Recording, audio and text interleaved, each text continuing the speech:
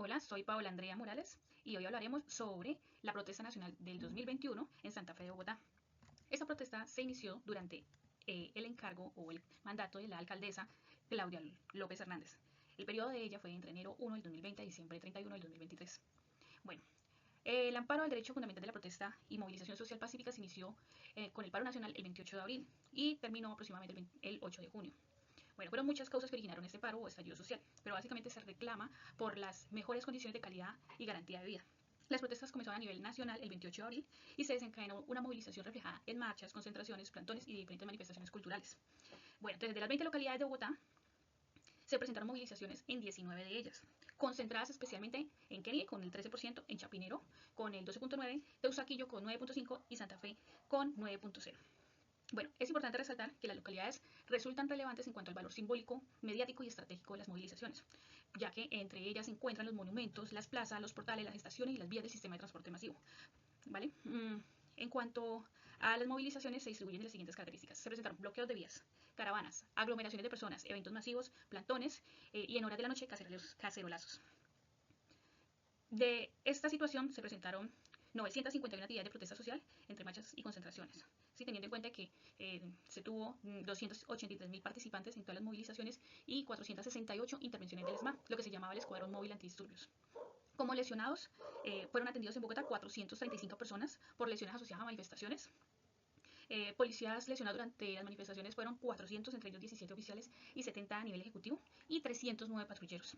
Como capturados, las personas fueron 278 por temas de disturbios y daños causados a bienes ajenos. Se presentaron 198 quejas por presuntos casos de abuso de autoridad, según la Dirección de Derechos Humanos.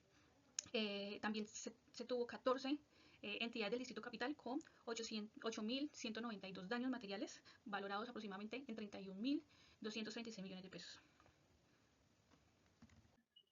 Buenas tardes, mi nombre es Albeiro Ávila Serna y vamos a continuar con el caso de estudio número 2, protesta nacional del año 2021 en la ciudad de Bogotá. Las partes, las personas, el proceso, el problema. Las partes involucradas en el conflicto son, ¿sí? Los manifestantes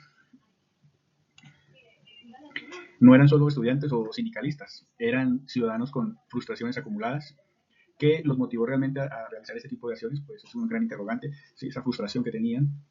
El gobierno no solo intentó mantener el orden, sino que falló en entender la magnitud del problema. La policía y el SMAT no actuaron de manera uniforme. Hubo agentes que intentaron calmar la situación y otros que intensificaron la violencia. Pero también encontramos los medios y organismos internacionales. Fueron neutrales de una cierta manera y también ayudaron, ¿sí?, a inclinar la balanza para que esto se realizara como tal. El objetivo del conflicto. Básicamente, el paro nacional se origina y se convierte en un conflicto por las siguientes razones. Uno, la reforma tributaria. ¿Qué pretendía la reforma tributaria? Teniendo en cuenta los lineamientos del Fondo Internacional, fue diseñada la Ley de Solidaridad Sostenible, que para eso entonces el ministro de Hacienda, Alberto Carrasquilla, intentaba recaudar 23 billones de pesos para las futuras actividades del Estado. La causa que indisponía el país es que pretendía aumentar los impuestos a la clase media y cargar de IVA a la totalidad de la canasta familiar. También teníamos la reforma a la salud y las pensiones, ya que para ese entonces habían muchos cambios en todo lo que era el tema de las EPS. Tenían otro que era el descontento social ante los incumplimientos del acuerdo de paz. También se tenían muchas quejas del manejo de la pandemia, porque se presentó mucha corrupción y esto fue denunciado por la Procuraduría. La situación económica del país era inestable, ya que era derivada del mal manejo de la pandemia del COVID-19. La participación de la oposición, prácticamente eso fue una semilla que generó desatar todo este conflicto, lo que se venció en la brutalidad policial y todos los casos que se vieron, y otras como lo es la renta básica de emergencia, la defensa de la producción nacional, la no discriminación de género y etnia y el retiro de la reforma del ICETES. Cuarto, causas del conflicto más allá del detonante. Encontramos la reforma tributaria, ¿sí? No fue solo la chispa que inició esto, pero el incendio ya estaba prácticamente listo para causar este tipo de protestas. La desigualdad en Colombia no es un fenómeno reciente, como factores estructurales que hicieron que la gente explotara en esta protesta como tal. El desempleo juvenil y la crisis económica post pandemia crearon un sentimiento de desesperanza. Y nos llega un gran interrogante: es ¿por qué la confianza en el gobierno y las instituciones eran tan bajas en esta época? ¿Sí? Entonces, he aquí este interrogante.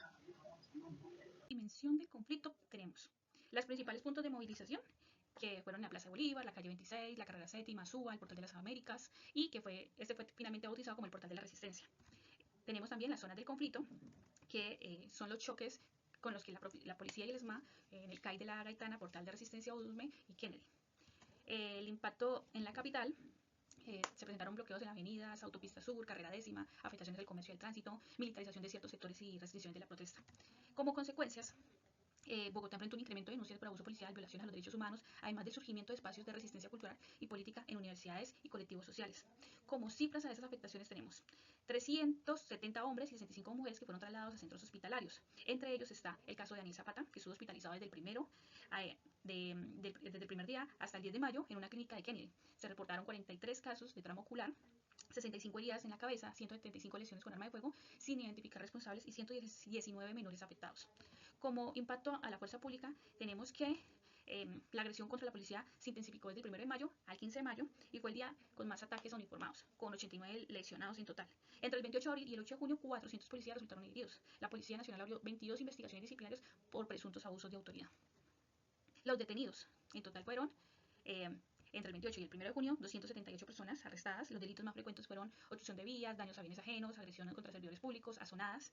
Se imputaron 41 individuos, algunos de los cuales fueron privados de la libertad. Y casos específicos de violencia, se registró un homicidio en Kennedy, presuntamente por la policía, una muerte en accidente de tránsito de la misma localidad, una denuncia de acoso sexual en Santa Fe, 2 casos de violación en Kennedy, atribuidos a uniformados. Además, 124 personas sufrieron lesiones físicas con objetos no identificados, 61 denunciaron detenciones arbitrarias y 15 presentaron lesiones oculares.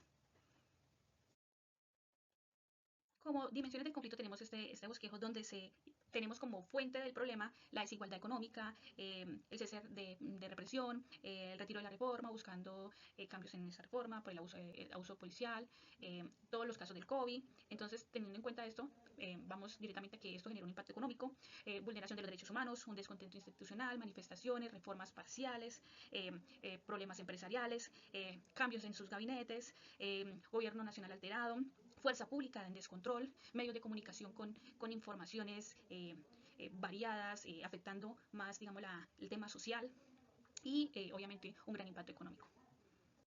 Sexto, intensidad del conflicto, un choque de fuerzas. No todas las protestas realmente fueron violentas.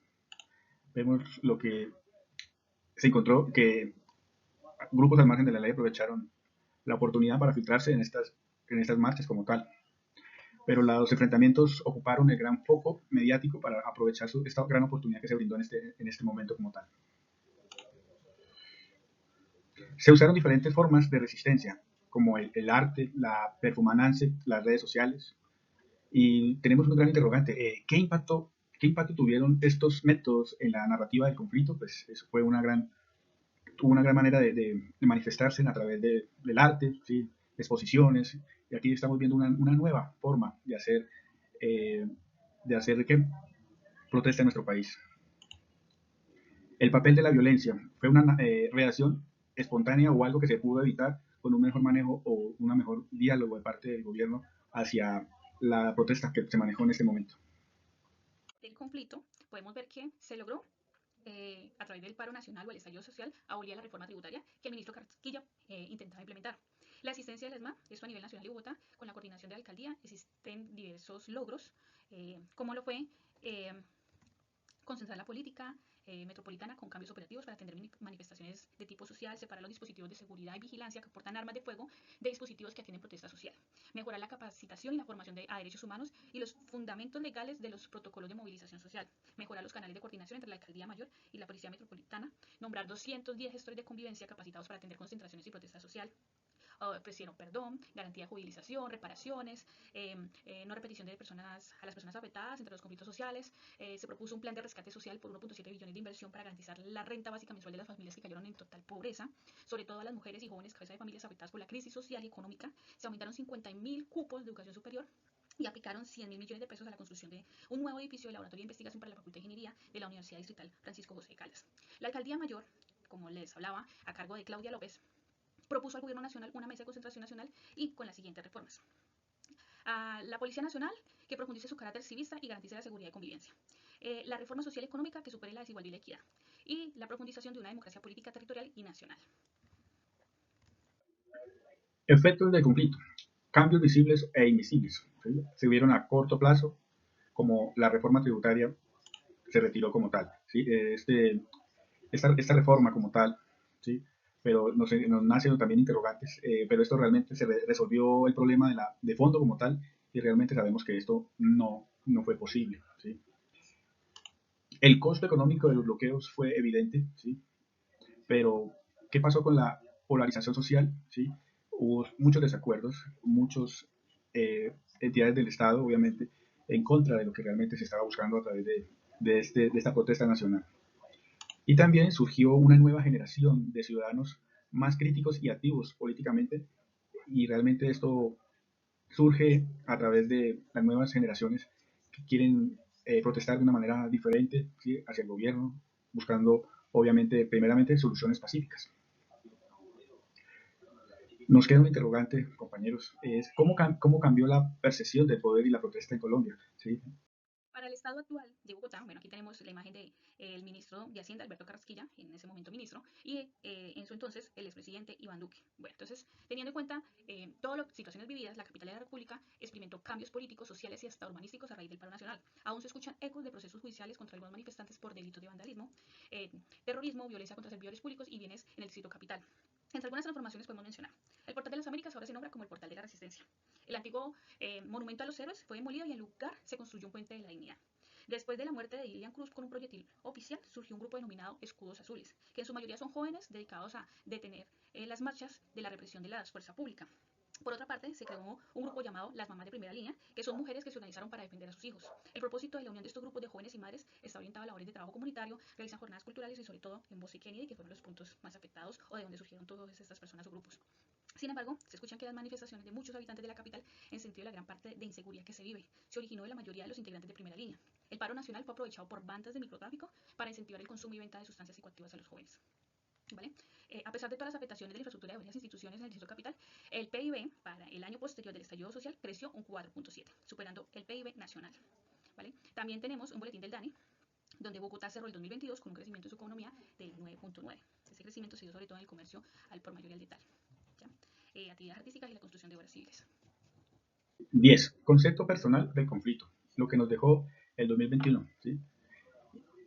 Y podemos ver, ¿sí?, que la ONU y organizaciones de derechos humanos eh, condenaron los abusos que tuvo el gobierno hacia las protestas que hicieron pacíficamente y que después desatinaron una serie de eventos y de fracasos y de rechazos dentro de nuestro país. Más allá de los hechos, este conflicto dejó una enseñanza. El poder de la ciudadanía organizada puede lograr muchas cosas en un país, más como en el caso nuestro, para lograr cosas. ¿Se podría haber evitado la violencia si el gobierno hubiera escuchado antes? ¿Sí? Yo creo que sí, podríamos haber evitado todo esto si el gobierno hubiera escuchado. Si no se resuelven las causas profundas, ¿volveremos a ver protestas similares en el futuro? Esto es un gran interrogante y yo pensaría que sí. ¿Sí? Ya tienen la experiencia, ya tienen el conocimiento, el manejo de lo que pasó, obviamente, pero pensaría que sí, que ese tipo de protestas se volverían a presentar a un largo o corto plazo en nuestro país. Después de analizar todo el caso, nos generamos la siguiente pregunta: ¿cómo vio la comunidad internacional el estallido social en Colombia? Ya que por todos los diarios internacionales teníamos noticias donde existía abuso de autoridad y vulneración de los derechos humanos. Entonces, en principio, la comunidad internacional condenó el uso excesivo de la fuerza por parte de la policía durante las manifestaciones de protesta, en base a las cifras conocidas de que se hablaba de 19 muertos, 800 heridos y 90 desaparecidos. La ONU recalcó la importancia del gobierno de Colombia que garantice la protesta social y las marchas pacíficas. Lo primordial es que la gente pueda expresarse. Pero también tenemos que tener en cuenta que al hacer el análisis puntual de todo lo que se vivió, el gobierno de los Estados Unidos manifestó su profunda tristeza por los hechos de violencia, pero manifestó su apoyo total al presidente Duque, presidente electo en ese momento, para que solucionara todos sus problemas a través del diálogo.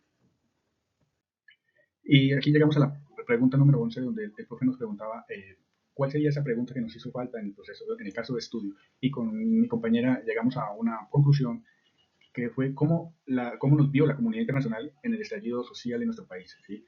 Y la visión internacional, ese conflicto que estuvo bajo la lupa a nivel mundial, ¿sí?